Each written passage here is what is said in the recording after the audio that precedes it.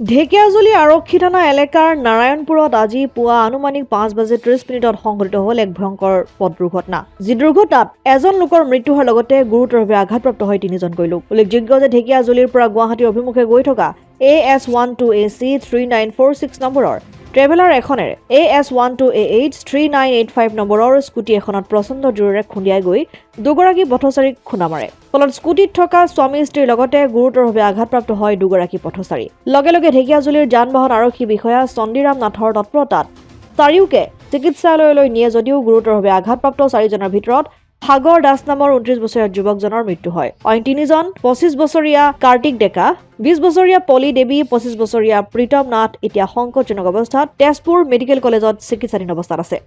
ঢেকিয়াজুলিৰ পৰা প্ৰশান্ত বৈশ্যৰ ৰিপৰ্ট, অসম আদিত্য।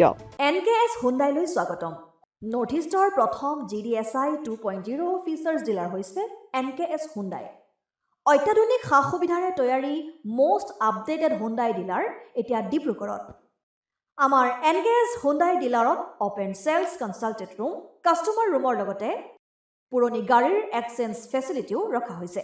ইয়াত চেলছৰ লগতে ছাৰ্ভিছ ছেক্টৰৰ সুন্দৰ সুবিধা আছে। প্ৰয়োজনীয় সকলো এডভান্স টুলছ, হুইল বেলেন্সিং, এলাইনমেণ্টৰ অত্যাধুনিক machine, post hydraulic lift, fully ট্ৰেইনমেণ্ট পাৱাৰৰ লগতে nitrogen gas filling facility, fully automatic car washer ফেচিলিটিও আছে।